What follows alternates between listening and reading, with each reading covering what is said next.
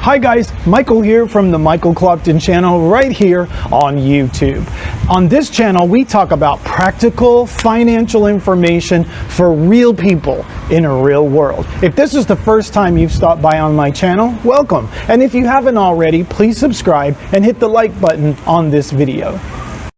Starting out on my financial journey as a teenager, I got such conflicting advice on how to handle my finances, just like you did, I'm sure. One person would say, hey, you need to get a credit card so you can build a credit score. So go out and get you a credit card. At 18, 19, that was my advice. Also, I got advice from other people saying, oh, no, don't get a credit card. You'll just ruin your credit score. So don't even bother with a credit card.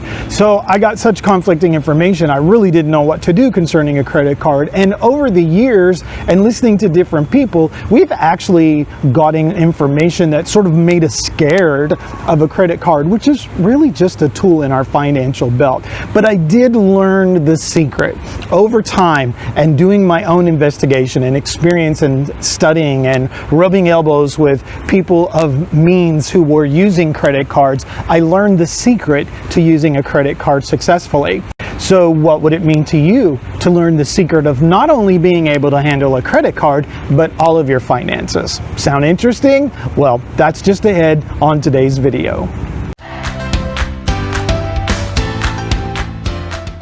These little guys are getting a lot of attention lately. Whether you're tuning into a television program about finances, or you're listening to a podcast, or you turn to YouTube to a financial channel like this one, they're talking about credit cards. And one of the reasons that credit cards is a hot topic is particularly since 2014, but a larger number since 2014 have been migrating from cash to credit, using credit to pay all of their bills every month, like their rents and their insurances, gas, groceries, electricity, all of the things that they need to pay, their phone bill every month. Then they are switching it to a credit card. And so learning to use that tool would be extremely important, don't you think? So we're going to talk about what you need to do today in order to be able to use your credit card successfully, and then you can use that principle as well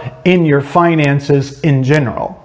All right, before we get into the information about the secret of using your credit card, let's get some little back information on this so that when you hear the voices that are coming at you, you will understand where they're coming from, and you can make a better decision for yourself or you and your family when it comes to using a credit card or your finances in general. You'll have better information. And some of the statistics that they are using is that $870 billion with a B billion dollars is what Americans individually are in debt in credit cards. Yes, that's $870 billion in debt in America. And if you take in the other type of loans like, what is that? A home equity loan and personal loans and those other types of loans, it puts Americans at a whopping $1 trillion with the T. Yeah, I can't even imagine $1 trillion. I'm sorry, I just can't. It's how it is. Billion, I gotcha. Trillion, yeah, it's going to take a little more imagination on my part. How about you? Can you imagine $1 trillion? I'd like to see it in my bank account just like you,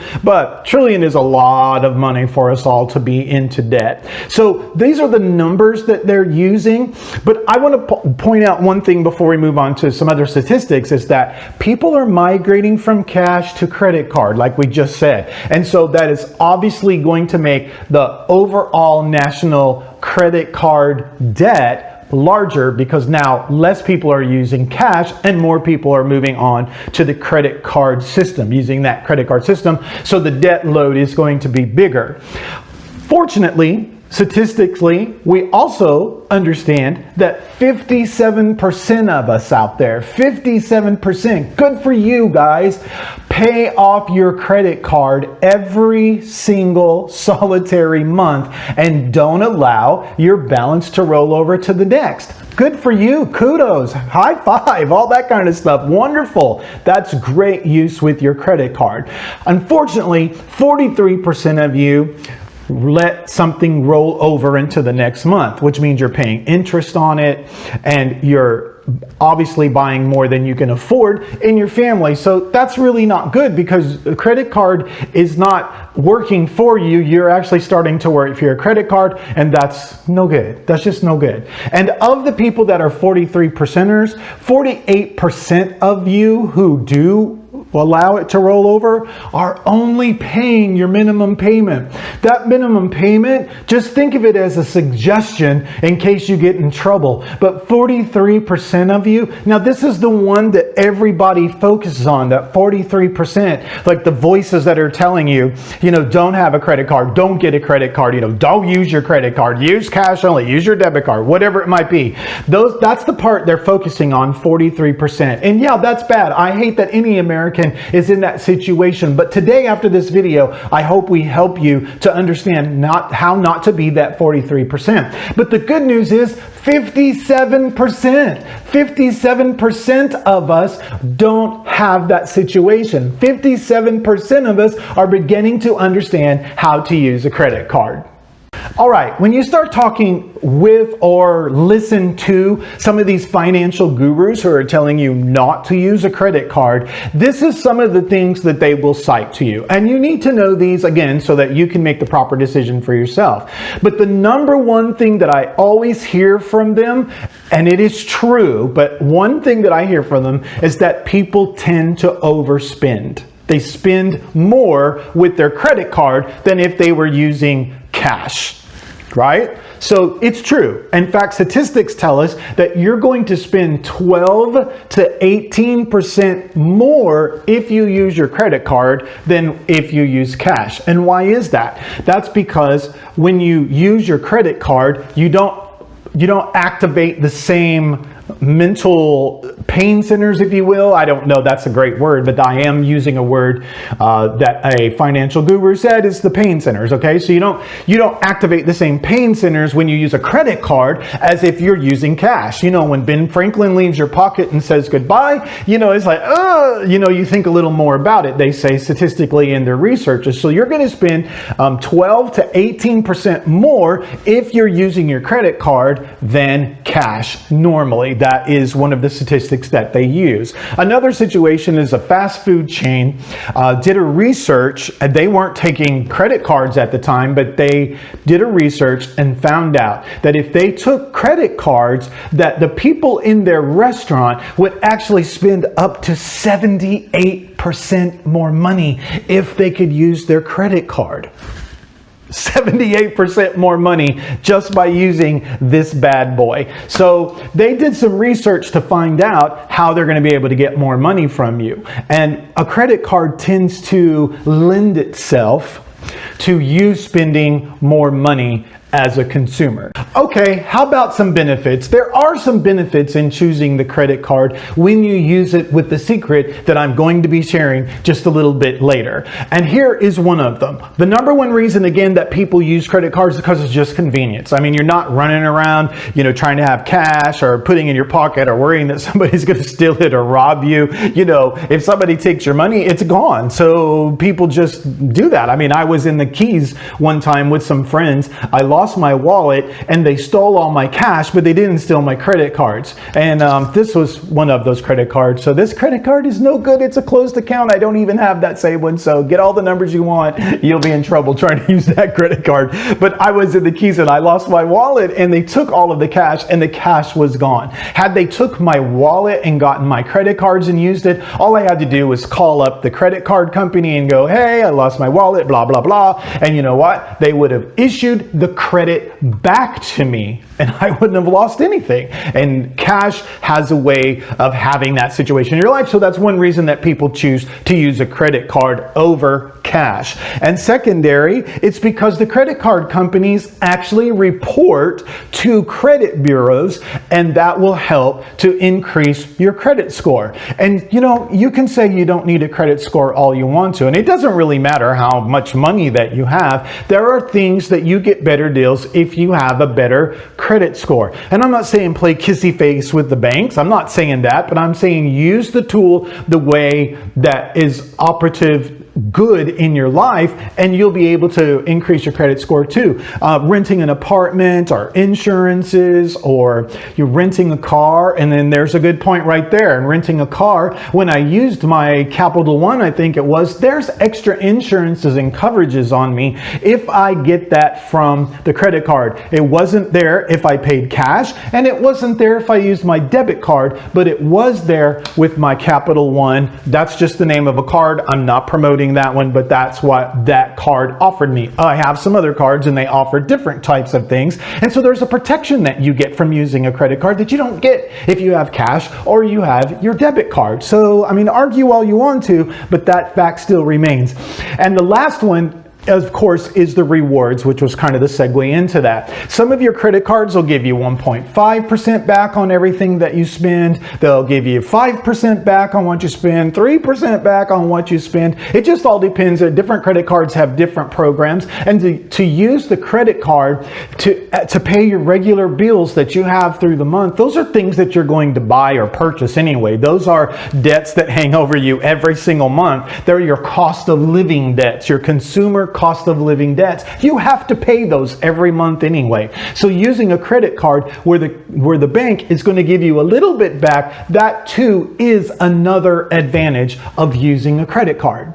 Another thing that they like to talk about is saying that your credit card is not going to make you rich. And the reason they say that is because a lot of people go like, well, I use my credit card because of the points or the rewards or whatever that might be. And this is true. Your credit card isn't going to make you rich. But I don't think I've ever been around anybody that told me credit cards were going to make me rich. The only thing that they did tell me in the beginning, as we have discussed already, was that it would help my credit score or not, depending on how I used my credit card. So no, credit cards are not going to make you rich. They weren't designed to make you rich. They're not going to make you poor either if you learn the secret that we're sharing today. Here's something that you need to know, and don't forget it.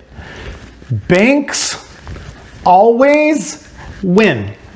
Banks always win. They are in a business to win. Banks aren't there to help you. I love some of their, well, I mean, they're not there to, they're not just like, I don't want to say this. They're like, oh, you're a really great guy. Let's give you this loan. Or you're good. Let's do this credit card thing. No, you're only as good as your credit score. You're only as good as your ability to pay back. And banks are set up to win. It's kind of like the Vegas of finances. You know, the house is always going to win. Banks are always going to win. So even though you have rewards and you have money back on your credit cards, the bank still wins. You may get what, 1.5 to 5% max somewhere. I don't even have a credit card. It gets 5%, except once in a while in certain categories, I guess. But once in a while, you're going to get 5% back, okay? So they're giving you 5% back, but if you roll over anything, you're paying 24.99, you know, is one of the highest ones. I think I saw 27 somewhere as well.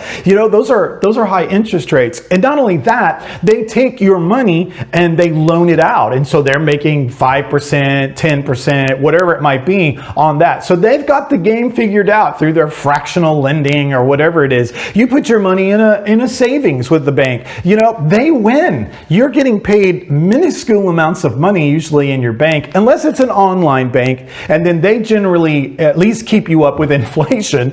But if you do it in your bank where you have your checking accounts and all your other stuff, you don't make anything. I mean, it's nothing. It's not even keeping up with inflation. So your money is devaluing. Is that a word? It's becoming word less and less every single month and every single year that you have it in there. But they take that money and they loan it out and they make money. So just remember, I don't care what you're doing with the bank is going to win. You do not win against the bank because the game is set up in the favor of the bank. So credit cards are not the problem. As you can see here, credit cards are not the problem. If you look at everything that we said, like how many people pay off their credit cards every month and all the other information that I gave you, it leads to one simple thing. What is that simple thing? That one simple thing is behavior. Behavior is the key to using your credit card or managing your finances in general. Your behavior needs to line up with what is good and brings you a successful future. Banks have studied your behavior. That's what they do. Now, our behavior changes from time to time, but they study your behavior. Remember that fast food chain I told you about where they said you would spend up to 78% more if you used your credit card? They know that because they did a survey and studied your behavior. They studied our behavior as Americans, as human beings in this human experience. And they found out that we're going to spend more money if they would just take credit cards. And so behavior is the key. There was a guy that was very early in this financial arena of helping people manage their finances, and his name was Larry Burkett. And I remember teaching other people some of the things that I learned from him. And one of the things that I found very, very interesting from him was about behavior. And he was not against credit cards, at least when I was listening to him. He's no longer on the planet, but I do appreciate the early information I got from him because it helped me a lot. So he wasn't against credit cards. He just said that we needed to alter our behavior. And here's how you can alter your behavior with the credit card. Stop for a moment before you purchase whatever you're getting ready to purchase. And think of this credit card as a cash. Think of it as cash. Switch in your brain from this piece of plastic to dollars, as though you were reaching in your pocket and pulling out your long lost buddy, Benjamin Franklin. That you were pulling that $100 bill out of your pocket. And it is getting ready to go into that cashier's hand in exchange for whatever that is that you're getting. And I'm pretty sure that you'll think twice about it before spending 78% more at some fast food chain, junk food place, if you think of it like that. And it's a real huge key. It's all about behavior. One of the things that we need to do when it comes to our credit card, I believe, is that you need to not put more on it than you have coming in your budget every month. In other words, whatever you make, don't live beyond your means with your credit card. Now, this is in consumer debt. This is in the consumer needs every month. You need to keep a watch on it. And that's why I suggest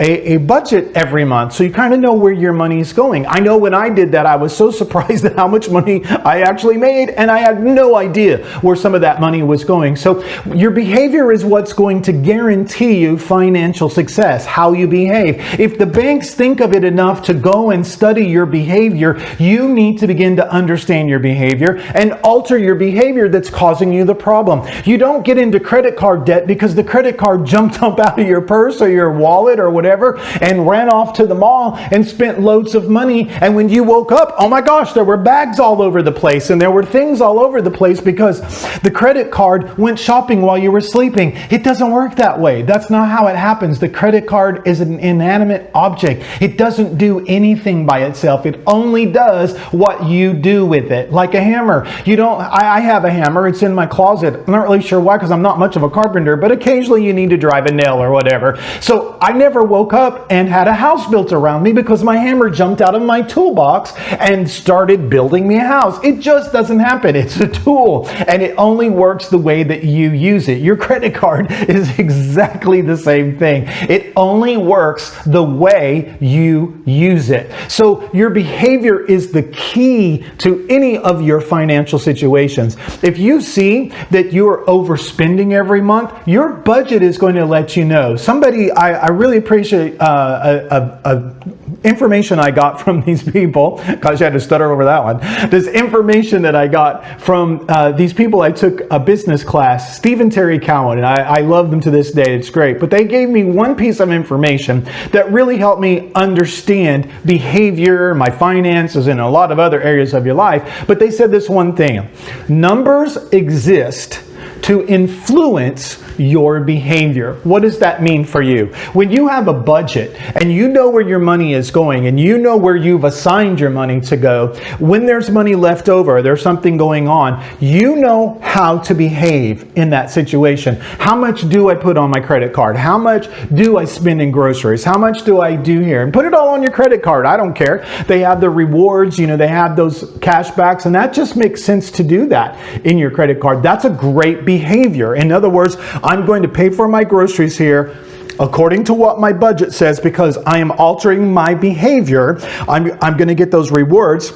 And so I'm going to take those rewards and do one of two things with it. This is what I do every month with my rewards, or I'll let them build up and then I do it either way, whatever you like to do. But I take the rewards and either it's cash, so I throw it back onto the credit card, so it reduces my monthly expenses. It's not a lot, but it's something. Remember, I told you the bank's always going to win, but I'm going to play the game where I get something back, and so I get that back. Not to use my credit card and take advantage of whatever those rewards are, whether it's money or whatever. It's just leaving cash on the table, and you know what? That's not smart either. And when you have that available, when they're saying, hey, use this credit card and I'll give you this money back, and you don't use it, you know, that's not smart. That's really not good financial, usury of your card. So yes, do that. Use that money. Another thing that I do with that is that I will let that build up over a period of time, and then I take that cash back that I got for paying my insurance, for paying my electricity, for paying those normal bills I'm going to pay every month anyway,